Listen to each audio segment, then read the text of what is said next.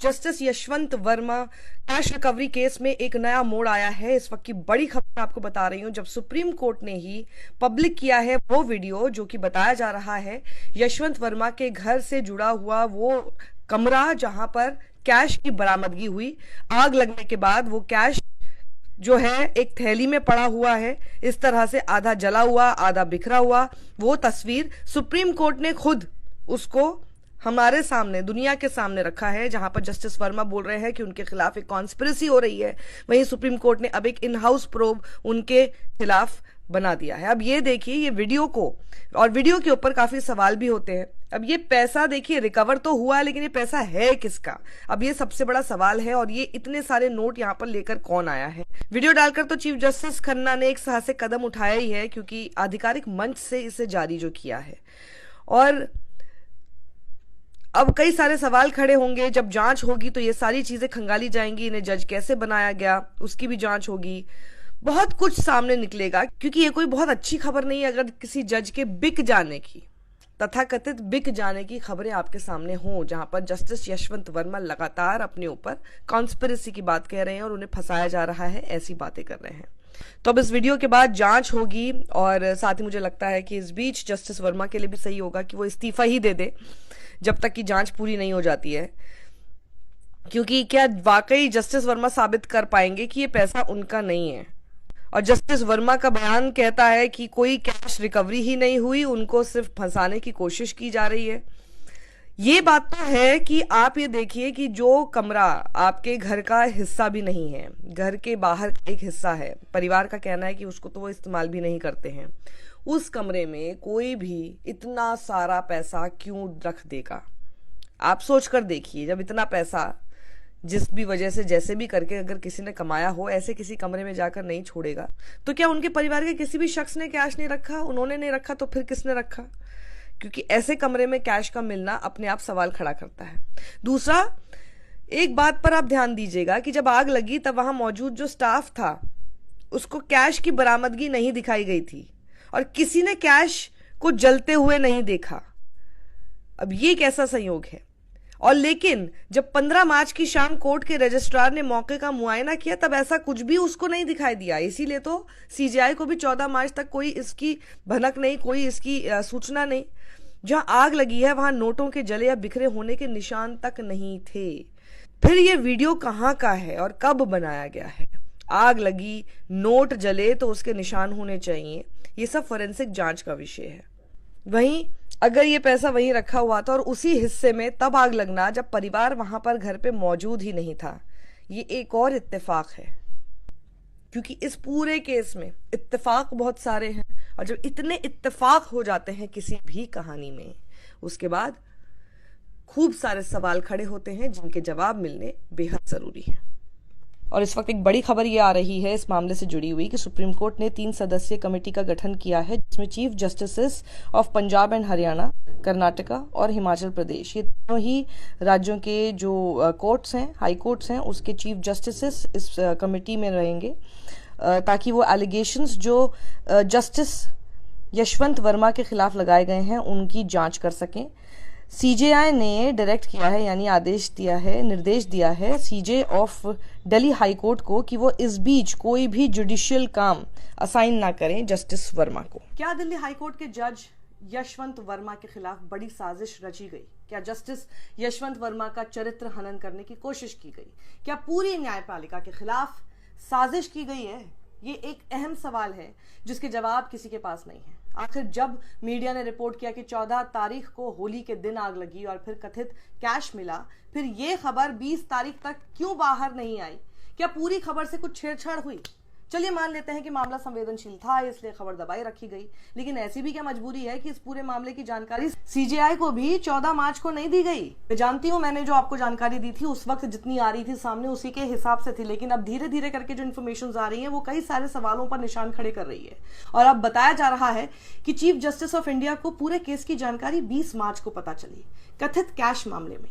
क्या यह पूरा मामला आपको संदेह भरा नहीं लगता है कि इस पूरे वाक्य के बाद हरीश साल्वे का कलीजियम पर सवाल उठाना और एनजेएसी यानी राष्ट्रीय न्यायिक आयोग की प्रशंसा करना, जब सुप्रीम कोर्ट ने ही एनजेएसी को खारिज करते हुए कह दिया था कि जज ही जज की नियुक्ति करेगा, अब लोग कह रहे हैं कि ये जस्टिस के साथ साथ पूरी न्यायपालिका को बदनाम करने की साजिश चल रही है। सुप्रीम कोर्ट के पूर्व जस्टिस काटजू ने तो ये कह दिया कि भारतीय मीडिया ने तो येलो जर्नलिज्म की सारी सीमाओं को लांघ दिया है। पत्रकार स्वाति चतुर्वेदी ट्विटर पर लिखती हैं, कई सोर्सेस से बात की गई, ये काउंटर एक्शन की तरह है जो खबर आ रही है। अब स्वाति ऐसा क्यों कह रही हैं, जिसमें वो अपने तर्क भी रखती हैं। उनका ट्वीट देखिए और कहती हैं कि जाहिर है कि ये सब जस्टिस वर्मा के खिलाफ एक बड़ी साजिश है। उनके यानी जज के घर पर पैसे रखे गए थे, ये सब तय था? Question mark. अब इस कथित कैश कांड संभावित साजिश के तर्क सुनिए। सीजेआई खन्ना 11 मई को सेवानिवृत्त होंगे। दिल्ली हाईकोर्ट में 24 पद खाली हैं। डीके उपाध्याय जो इलाहाबाद हाईकोर्ट से बॉम्बे हाईकोर्ट गए थे, अब दिल्ली में चीफ जस्टिस दिल्ली हाईकोर्ट के पद पर आ गए हैं। अब उनके साथ साथ 2 और अन्य न्यायाधीश हाईकोर्ट के न्यायाधीशों के नाम की सिफारिश करने वाले कॉलेजियम के सदस्य हैं और जस्टिस यशवंत वर्मा उस कॉलेजियम के तीसरे सदस्य हैं।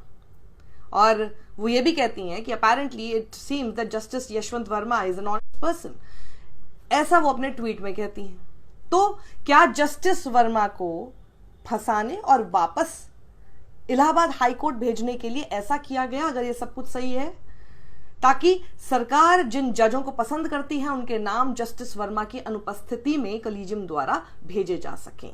ये एक सवाल इस वक्त खड़ा किया जा रहा है और अब सवाल ये भी उठाया जा रहा है कि जस्टिस वर्मा ईडी सीबीआई के खिलाफ फैसले दे रहे थे, तो हो सकता है कि इसीलिए उन्हें निशाना बनाया जा रहा हो। ये एक अलग तर्क है।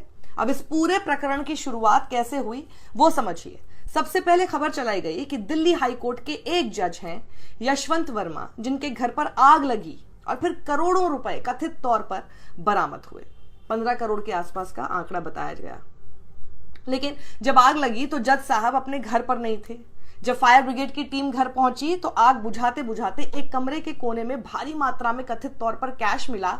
ये खबर हर मीडिया संस्थान ने लगभग चलाई ही। फिर इसके बाद जस्टिस यशवंत वर्मा की निष्पक्षता पर प्रश्न चिन्ह लगने लगे। हमने भी उठाए सवाल। और वैसे किसी ना किसी दिन ऐसी खबरें आती रहती हैं, फलां के घर कैश मिला, ढिमकाना के घर कैश मिला, किसी अधिकारी के घर पे इतना कैश मिला। और ये हमें शॉकिंग भी नहीं लगता है आजकल, क्योंकि ये होता ही रहता है। लेकिन किसी जज के घर कैश मिलने की खबर ने सभी को स्तब्ध कर दिया था। बिल्कुल, क्योंकि हमारे देश में जज को न्याय का देवता समझा जाता है और वहीं इस वक्त काफी क्राइसिस में भी जुडिशरी गुजर रही है ट्रस्ट के नाम पर। कल शाम होते होते एक और खबर आई कि फायर डिपार्टमेंट ने कैश मिलने की बात शाम होते होते नकार दी। Delhi fire brigade chief Atul Garg ने साफ तौर पर कहा कि जस्टिस वर्मा के घर आग बुझाने के दौरान हमें कोई नकदी नहीं मिली। फिर ये खबर ये सामने आने लग गई, मतलब एकदम ही पलट गई खबर। और गर्ग के मुताबिक 14 मार्च की रात 11:35 पर लुटियंस दिल्ली में मौजूद जज कंपाउंड में आग लगने की उन्हें खबर मिली और वहां पहुंची उनकी टीम ने 15 मिनट में आग बुझा दी और फिर पुलिस को खबर दी गई। उन्हें कोई नकदी नहीं मिली, ऐसा उन्होंने कहा। पर अब इसमें मेरी एक बात समझ में नहीं आ रही है कि पहले खबर चलती है कि जज के घर में कैश मिला, फिर मामला सीजेआई तक पहुंचा, वो उनको ट्रांसफर की बात कर देते हैं इलाहाबाद हाईकोर्ट में। खबर आती है इलाहाबाद हाईकोर्ट की बार एसोसिएशन कह रहे नहीं जी हमारे यहाँ हम लोग कोई डस्टबिन नहीं है, आप हमारे पास क्यों उनको ट्रांसफर कर रहे हैं। तब तक फिर एक खबर आ जाती है कि वो कह रहे हैं कि नहीं मैं तो हमने तो कैश की कोई बात कही ही नहीं। उसके बाद आपको पता है एक और ट्विस्ट, फिर से एक बार खबर ये सामने आती है कि वो कह रहे नहीं मैंने तो पूरी तरह से कहा ही नहीं कि कैश नहीं मिला। इतना मैस इस पूरी इन्वेस्टिगेशन, इस पूरी खबर को बना दिया गया और इतनी ज्यादा जो इसमें लीपापोती भी और इतनी ज्यादा जो इसमें हॉचपॉट चीजें नजर आ रही हैं वो और भी ज्यादा शक खड़ा कर रही हैं। इतनी गलत सूचनाएं, एक खबर पर इतनी गलत सूचनाएं अगर होंगी तो फिर शक तो गहराएगा ही। और अब दिल्ली हाईकोर्ट के chief justice CJI Sanjeev Khanna को प्राइमरी रिपोर्ट सौंपेंगे, इसके बाद आगे की कार्रवाई होगी। लेकिन सवाल अब भी वही खड़ा हुआ है कि अफवाह आखिर फिर फैलाई किसने, एक सिटिंग जज के खिलाफ कौन है जो न्यायपालिका की छवि धूमिल करना चाहता था, और इस बात की जांच जरूर होनी चाहिए कि फेक खबर फैलाने वाला कौन था। पहले क्यों माना गया कि कैश मिला, बाद में कहा गया कैश नहीं मिला, और फिर बाद में कह रहे कि नहीं पूरी तरह से तो हमने ऐसा कुछ कहा ही नहीं। तो ये वो कुछ अहम सवाल हैं जो लोग जानना चाहते हैं। और सीधा सवाल ये है कि भाई अगर कुछ हुआ ही नहीं तो जज साहब का ट्रांसफर क्यों किया गया। हालांकि सुप्रीम कोर्ट ने कहा है कि जज के घर कैश मिलने की खबर और ट्रांसफर में आपस में कोई संबंध नहीं है, लेकिन जिस दिन ये खबर सीजीआई को पता चलती है उसी दिन उनके तबादले का कहना ये कोई इत्तेफाक तो नहीं हो सकता ना। अब सच क्या है और झूठ क्या है, जांच होगी तो पता चलेगा, वरना ये एक खबर की तरह बाकी खबरों की तरह दब जाएगी। राज्यसभा में भी इस कथित कैश कांड का मुद्दा कांग्रेस सांसद जयराम रमेश ने सदन में उठाया तो सभापति जगदीप धनखड़ ने जवाब देते हुए कहा कि सिस्टम में पारदर्शिता और जवाबदेही जरूरी है और इस मुद्दे पर एक स्ट्रक्चर्ड डिस्कशन कराएंगे। वहीं सुप्रीम कोर्ट की बार एसोसिएशन के अध्यक्ष कपिल सिब्बल ने कहा कि मुझे मामले की बारीकियों की जानकारी नहीं है, लेकिन निश्चित रूप से न्यायपालिका के अंदर भ्रष्टाचार का मुद्दा बहुत गंभीर मुद्दा है। सिब्बल ने कहा कि अब मुझे लगता है कि वक्त आ गया है कि सुप्रीम कोर्ट इस पर विचार करे कि नियुक्ति प्रक्रिया और अधिक पारदर्शी होनी चाहिए। हरीश साल्वे ने तो पूरे कॉलेजियम सिस्टम को ही गलत बता दिया है।